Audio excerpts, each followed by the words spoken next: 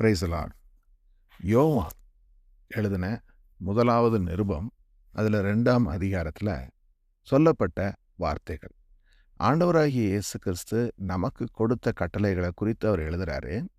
இந்த கட்டளைகள் புதிய கட்டளைகள் மாத்திரமல்ல, இது ஏற்கனவே கொடுக்கப்பட்டிருக்கிற பழைய ஏற்பாட்டு கட்டளைகள் தான் என்பதை சொல்கிறார். அப்போது அந்த கட்டளை என்ன அப்படிங்கிறத குறித்து நம்ம பார்க்க போகிறோம். இன்னொரு விஷயம், பழைய ஏற்பாட்டின் தேவன் யெகோவா என்று அழைக்கப்படக்கூடிய இருக்கிறவராகவே இருக்கிறவர், ஆபிரகாமின் தேவனும் ஈசாக்கின் தேவனும் யாக்கோபின் தேவனும் என்று சொல்லப்பட்டவர் நம் ஆண்டவராகிய இயேசு கிறிஸ்து தான் என்பதை நம்ம அவருடைய வார்த்தைகளின் மூலம் அறிகிறோம். அவர்தான் நான் உங்களுக்கு ஆதி முதல் சொல்லி வந்திருக்கிறவர் என்று அவரே சொன்ன நம் தேவன். ஆகையினாலே அவர் சொன்ன வார்த்தைகளும் மாறாதவைகளாக இருக்குது. நம்ம இந்த வார்த்தைகள் மூலம் அவைகளை நம்ம அறிந்து கொள்வோம். வாசிக்க தொடங்கலாம். என் பிள்ளைகளே, நீங்கள் பாவம் செய்யாதபடிக்கு இவைகளை உங்களுக்கு எழுதுகிறேன். ஒருவன் பாவம் செய்பவனானால் நீதிபாரராயிருக்கிற இயேசு கிறிஸ்து நமக்காக பிதாவிடத்தில் பரிந்து பேசுகிறவராய் இருக்கிறார். நம்முடைய பாவங்களை நிவர்த்தி செய்கிற கிருபாதார பலி அவரே. நம்முடைய பாவங்களை மாத்திரம் அல்ல, சர்வலோகத்தின் பாவங்களையும் நிவர்த்தி செய்கிற பலியாய் இருக்கிறார். அவருடைய கற்பனைகளை நாம் கைக்கொள்கிறவர்களானால் அவரை அறிந்திருக்கிறோம் என்பதை அதனால் அறிவோம். அவரை அறிந்திருக்கிறேன் என்று சொல்லியும் அவருடைய கற்பனைகளை கைக்கொள்ளாதவன் பொய்யனாய் இருக்கிறான், அவனுக்குள் சத்தியமில்லை. அவருடைய வசனத்தை கைக்கொள்கிறவனிடத்தில் தேவ அன்பு மெய்யாய் பூரணப்பட்டிருக்கும். நாம் அவருக்குள் இருக்கிறோம் என்பதை அதனால் அறிந்திருக்கிறோம். அவருக்குள் நிலைத்திருக்கிறேன் என்று சொல்லுகிறவன் அவர் நடந்தபடியே தானும் நடக்க வேண்டும். சகோதரரே, நான் உங்களுக்கு புதிய கற்பனையை அல்ல, ஆதி முதல் நீங்கள் பெற்றிருக்கிற பழைய கற்பனையையே எழுதுகிறேன். அந்த பழைய கற்பனை நீங்கள் ஆதி முதல் கேட்டிருக்கிற வசனம்தானே. ஆமேன். யோவான் சொல்றாரு, அதாவது பிள்ளைகளாகிய நீங்க பாவம் செய்யாதபடிக்கு உங்களுக்காக இதை நான் எழுதுறேன். ஏன்னா ஒருத்தன் பாவம் செஞ்சான்னா அவனுக்காக பரிந்து பேச நம்ம ஆண்டவராகிய இயேசு கிறிஸ்து ஒரு கிருபாதார பலியா இருக்கிறாரு. கிருபாதார பலி என்றால் என்ன? அதாவது நம்ம வாசிக்கிறோம், பாவம் செய்கிற ஆத்மாவே சாகும் என்று வேத வார்த்தை சொல்லுகிறது.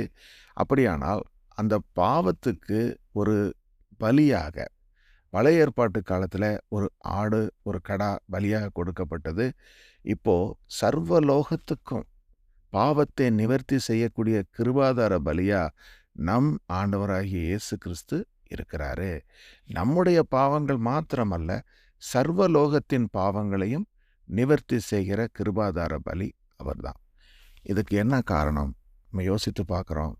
இப்போது பாவம் செய்யுதல் என்பது நம்ம என்ன புரிந்து கொள்கிறோம்? தேவனுடைய கட்டளைகளை மீறுவது.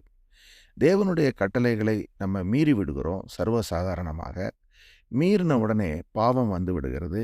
பாவத்தினாலே நமக்கு என்ன வந்து விடுகிறது? நமக்கு நோய்களும் அதற்கு பிறகு மரணமும் உண்டாகக்கூடிய ஒரு காரியம். இதைத்தான் வேத வசனம் தெளிவாக சொல்லுது. அப்படியானால் நான் எப்படி இந்த பாவத்துக்கு நீங்களாவது? அதுக்குத்தான் கிருபாதார பலியாகிய ஆண்டவராகிய இயேசு கிறிஸ்து அவர் என்ன செய்கிறாரு? நாம் நமது பாவங்களை அறிக்கையிட்டால் அவைகளை எல்லாம் மன்னித்து, எல்லா அக்கிரமங்களையும் மன்னித்து நம்மை விடுவிக்கிறதற்கு அவர் உண்மையும் நீதியும் உள்ளவராய் இருக்கிறார். ஆகையினாலே நம் பாவம் செய்யவில்லை என்று நாம் சொல்லுவோமாகில் நாம் அவரை பொய்யராக்குவோம். நம்முடைய பாவங்களை உண்மையாய் நம்ம அறிக்கை செய்யும் பொழுது அவைகளை மன்னிக்கிறாரு, பரிந்து பேசுகிறவராய் இருக்கிறாரு பிதாவின் இடத்துல. அதனால தான் வாசிக்கிறோம், அவர் மகா பிரதான ஆசாரியராக நம்முடைய பாவங்களுக்காக பரிந்துரை செய்கிறார் என்று சொல்லி. சரி, இப்போ பாவங்களற கழுவப்பட்டுட்டோம், சுத்திகரிக்கப்பட்டுட்டோம். இப்போ நம்ம செய்ய வேண்டியது என்ன? அவருடைய கற்பனைகளை கை கொள்ள வேண்டும்.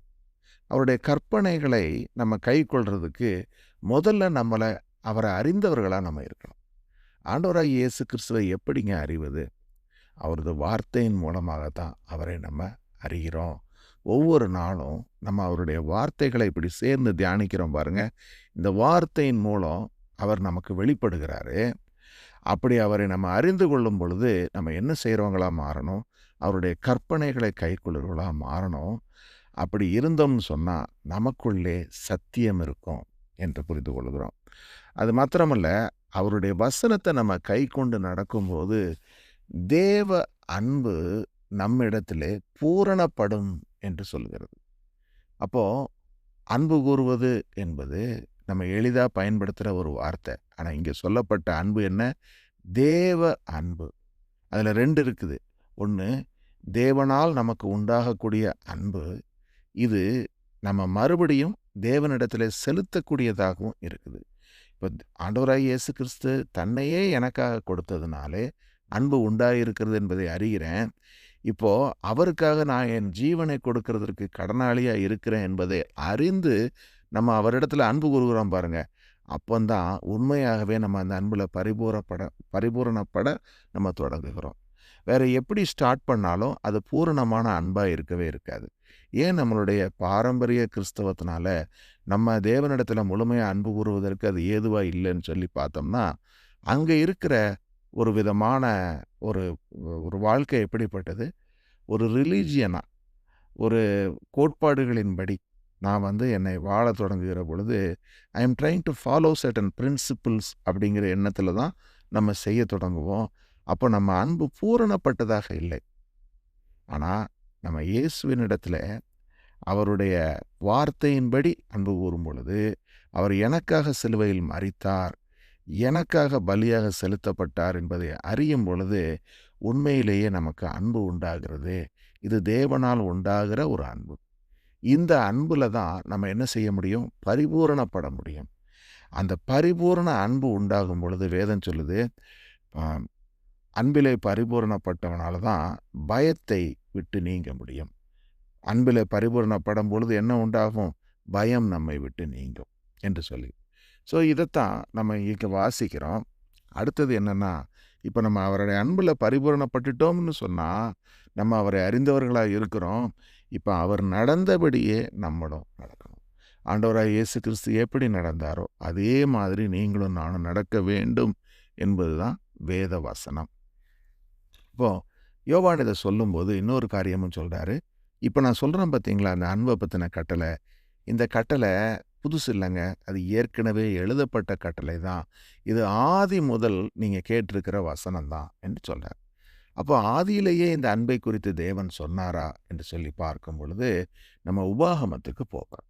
உபாகமம் 6ஆம் அதிகாரத்தில் தேவன் என்ன சொல்லியிருக்கிறார் இந்த அன்பை குறித்து என்று வாசிக்கிறோம். இதில் போட்டிருக்குது, நீ உன் தேவனாகிய கர்த்தருக்கு பயந்து உயிரோடு இருக்கும் நாளெல்லாம் நீயும் உன் குமாரனும் உன் குமாரத்தியும் நான் உனக்கு விதிக்கிற அவருடைய எல்லா கற்பனைகளையும் கட்டளைகளையும் கை கொள்ளுகிறதுனாலே உன் வாழ்நாட்கள் நீடித்திருக்கும்படி நீ சுதந்தரிக்கப் போகிற தேசத்திலே கை கொள்வதற்காக உங்களுக்கு போதிக்க வேண்டும் என்று உங்கள் தேவனாகிய கர்த்தர் கற்பித்த கற்பனைகளும் கட்டளைகளும் நியாயங்களும் இவைகளே. இஸ்ரவேலே, நீ நன்றாய் இருப்பதற்கும் உன் பிதாக்களின் தேவனாகிய கர்த்தர் உனக்கு சொன்னபடி பாலும் தேனும் ஓடுகிற தேசத்தில் நீ மிகவும் விருத்தி அடைவதற்கும் அவைகளுக்கு செவி கொடுத்து அவைகளின்படி செய்ய சாவதானமாயிரு.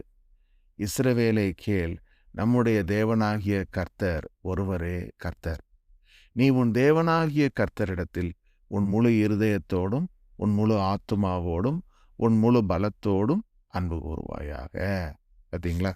அப்போ இந்த கட்டளை, தேவனிடத்திலே நீ அன்பு கூற வேண்டும் என்கிற கட்டளையை தேவன் பழைய ஏற்பாட்டிலேயே கொடுத்திருக்கிறார்.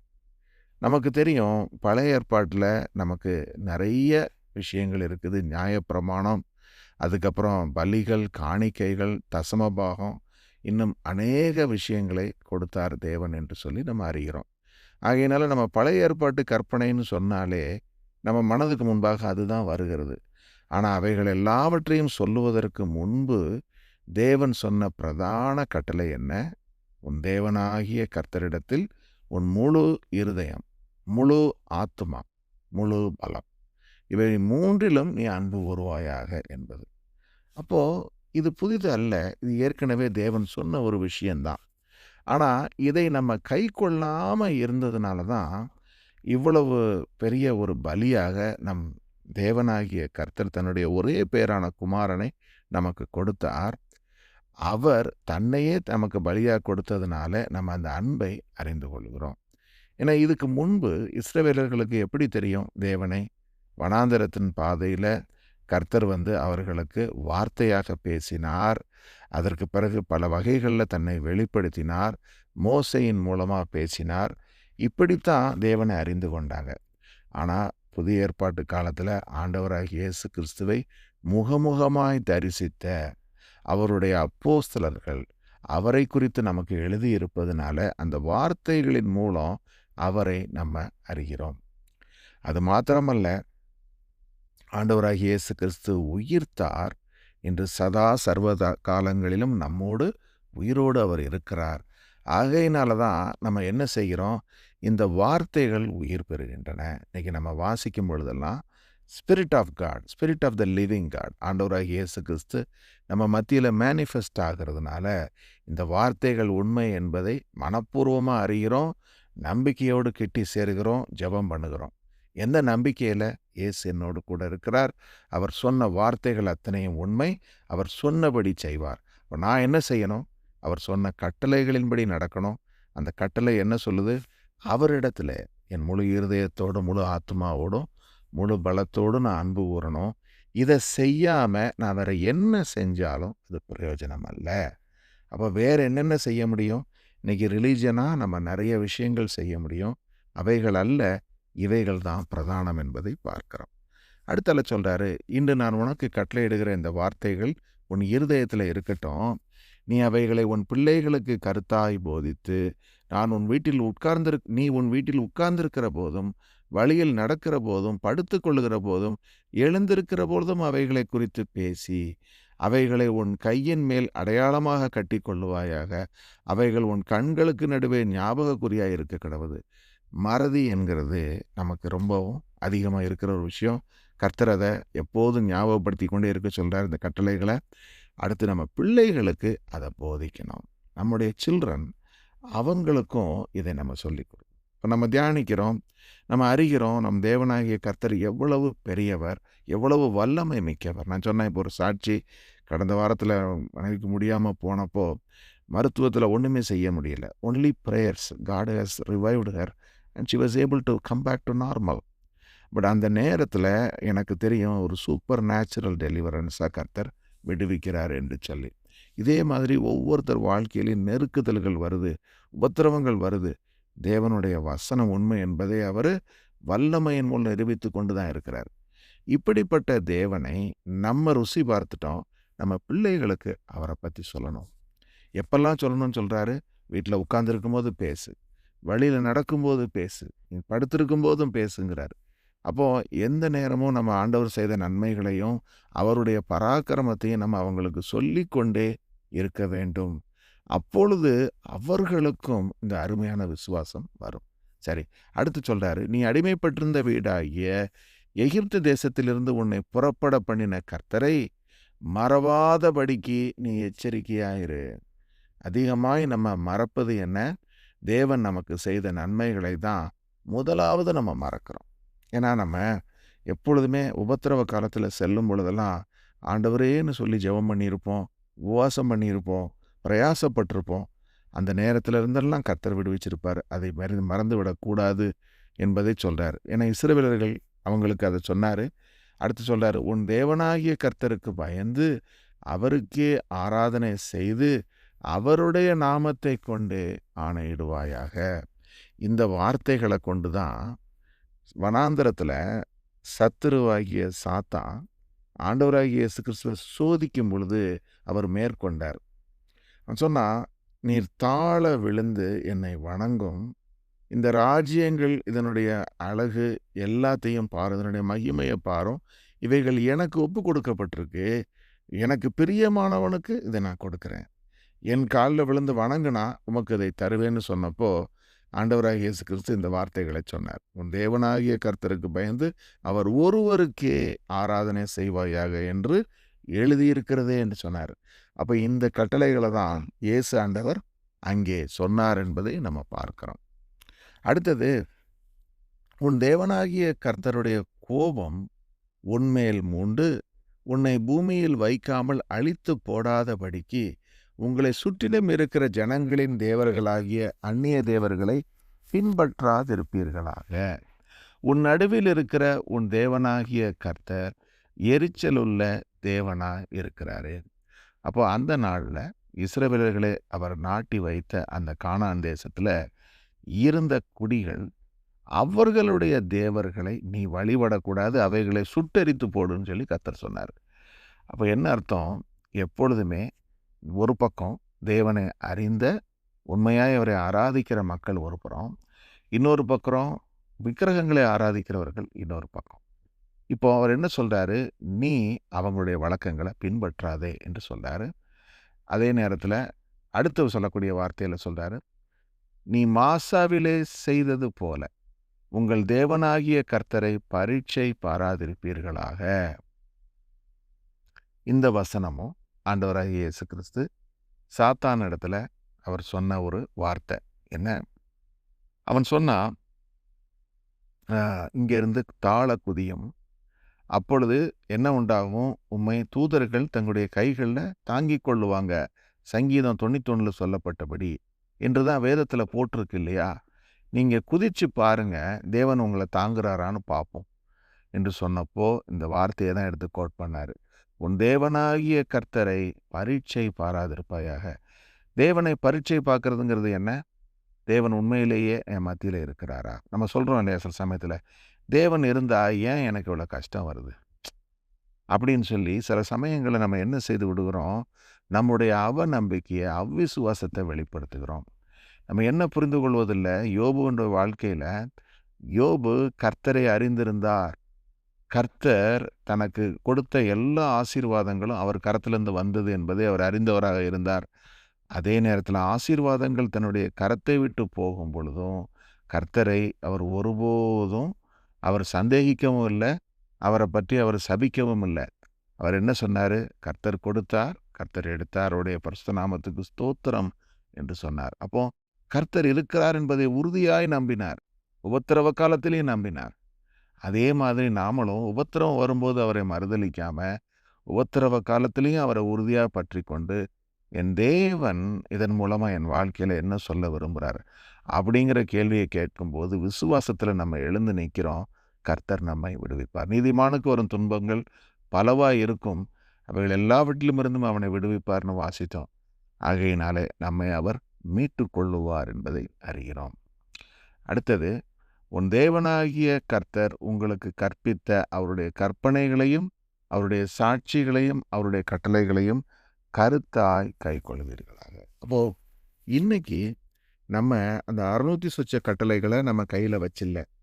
அதே நேரத்தில் நம்முடைய இருதயமாகிய கற்பலகைகளில் நம் தேவனாகிய கர்த்தர் இவைகளை எழுதுகிறார்.